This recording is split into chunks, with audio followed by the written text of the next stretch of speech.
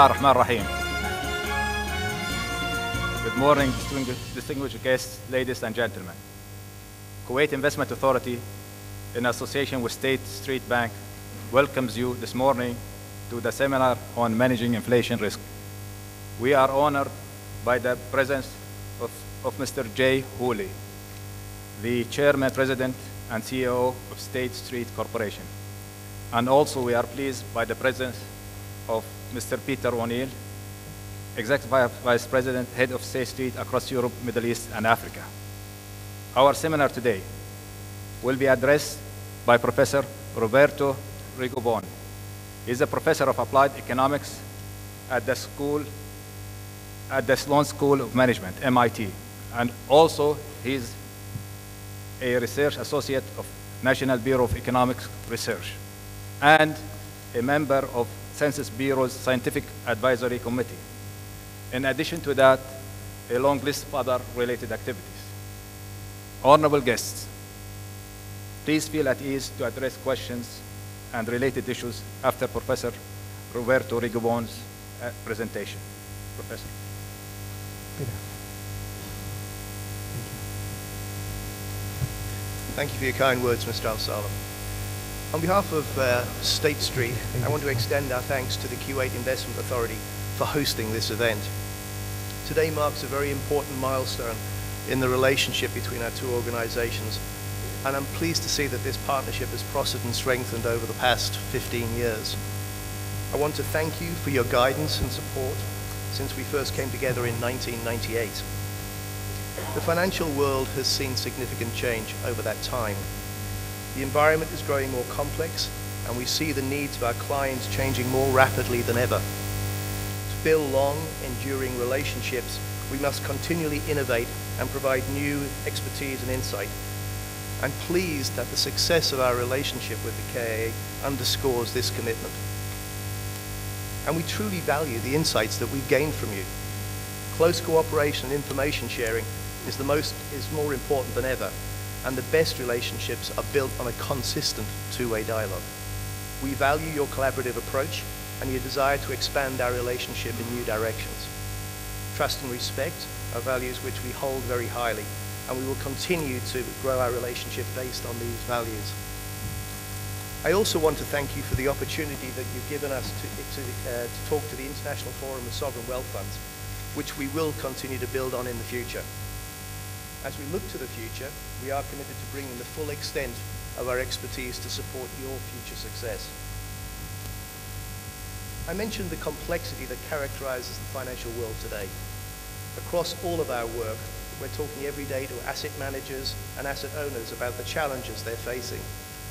We see it firsthand, the importance of having research and information available to clients to help drive their investment and allocation decisions. And we're eager to find new ways to share these insights. Fact-based quantitative research, proprietary views on investor behavior, portfolio-focused risk management, and liquidity turbulence and the impact of currency fluctuations are all top-of-mind issues for us. And they have been the focus for us in providing our clients with unique insights for some time. To this point, I want to introduce one of our State Street experts, Roberto Rigobon, a partner at State Street Associates, a unique partnership between the industry and academia. His areas of research are international economics, monetary economics, and development economics, with a focus of the balance of payments crises, financial crises, and contagion. His current research work includes work on the international pricing practices. Professor Rigobon is one of the brains behind PriceStats, the world's leading source of daily inflation statistics, and his presentation will examine these insights in more detail. Finally, I want to thank you once again for and repeat our commitment to strengthening this relationship over the coming years. Roberto. Thank you.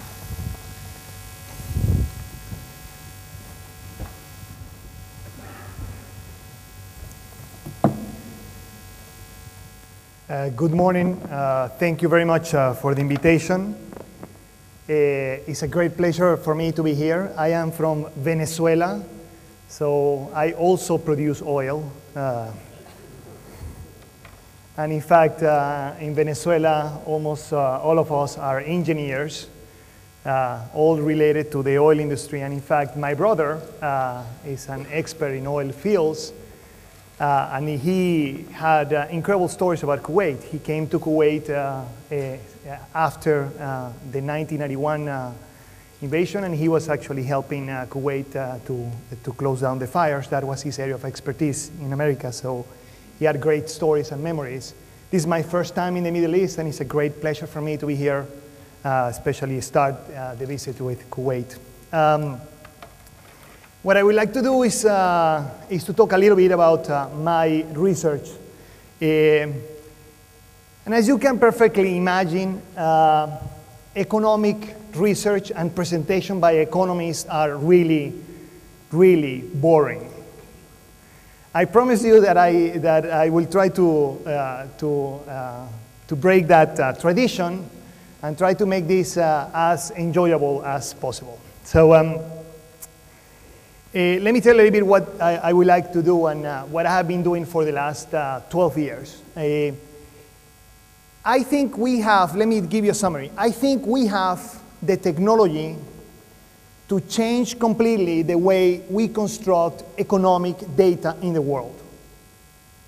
I think that we have the ability today to construct measures of agricultural production worldwide much better than we have ever thought about it.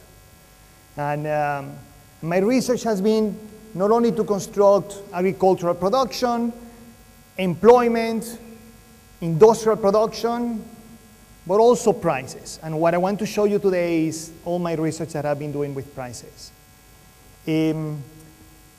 What I would like to do is to indicate why this has evolved so fruitfully.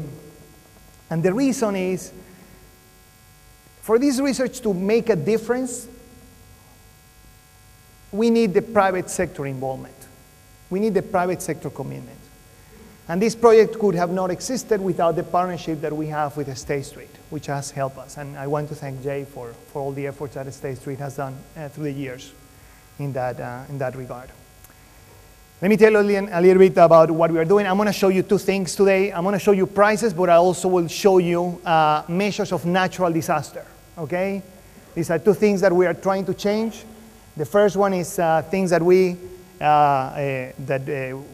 share with the State Street and the markets. The second one is a project that we have with the United Nations, and I want to show you more or less what we're doing, trying to not predict natural disasters, but to understand the severity of natural disasters. So these are the things that I want to do today. This presentation has more slides that I will discuss.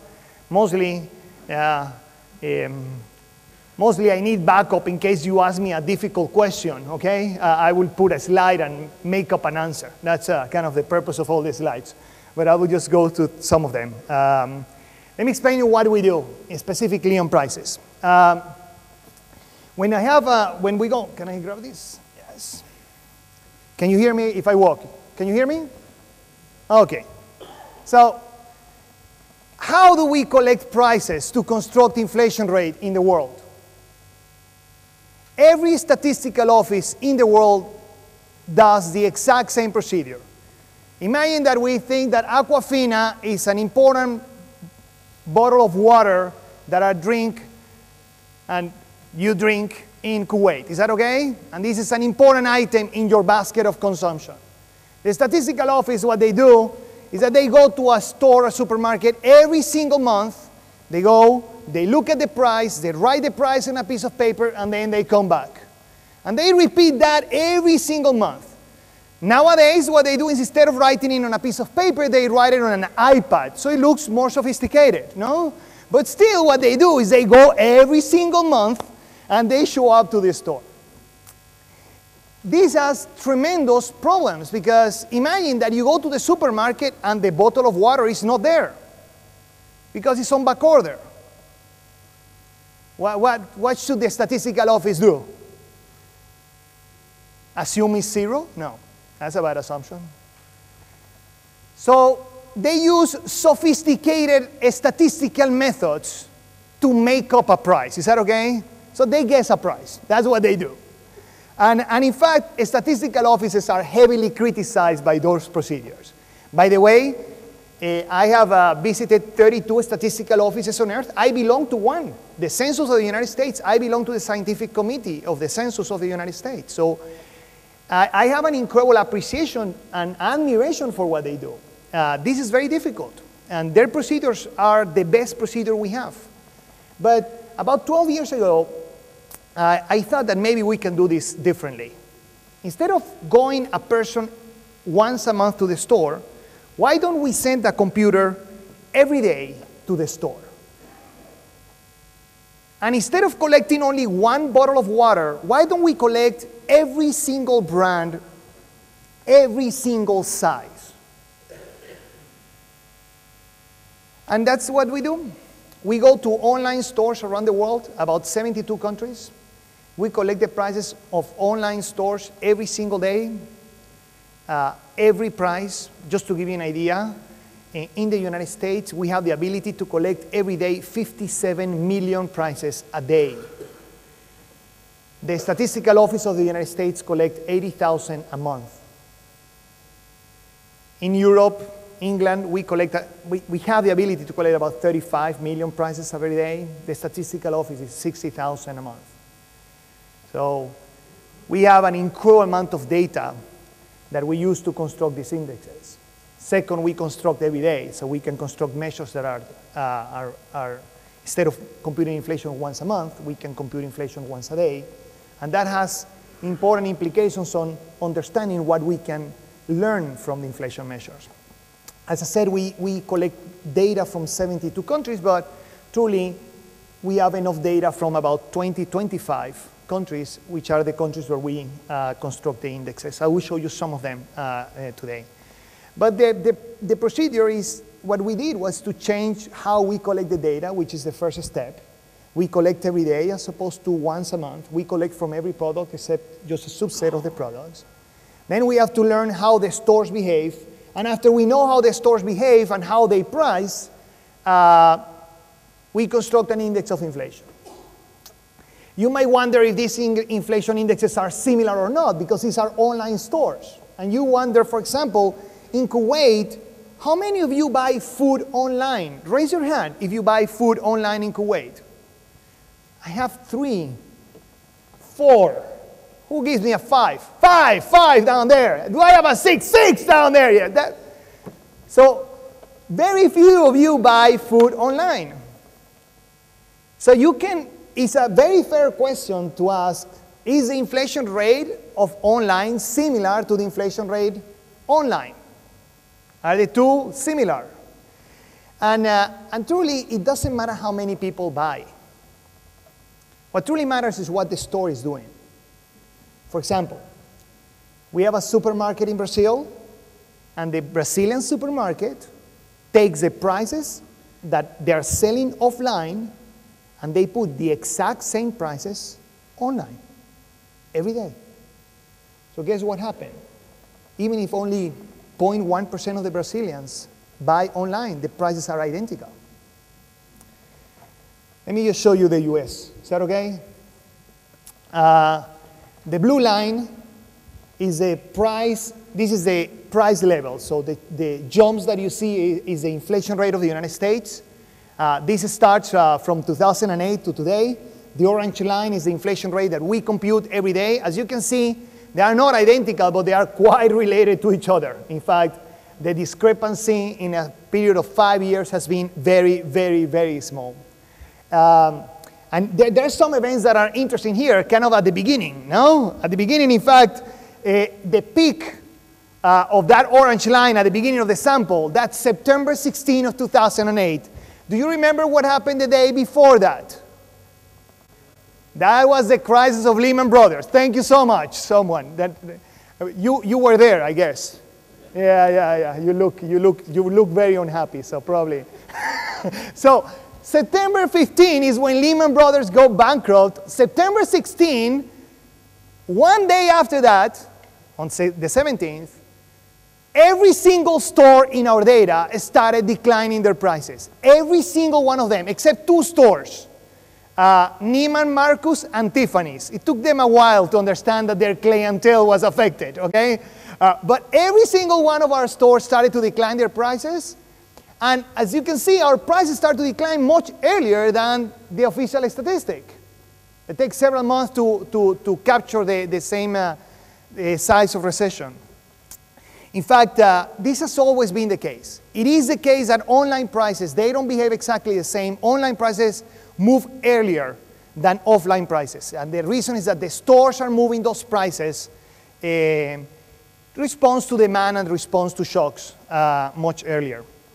And this is something that we actually share with our clients in State Street, is that because this inflation in some sense is anticipating the official data, of course there are several applications that can be used for investment and trading purposes. So one of the ones that I want to show you today is about hedging inflation, which is the topic, or managing inflation risk, which is the topic of today. So, but I want to show you a story that happened with the Secretary of Commerce. I was in September, I was again at the Census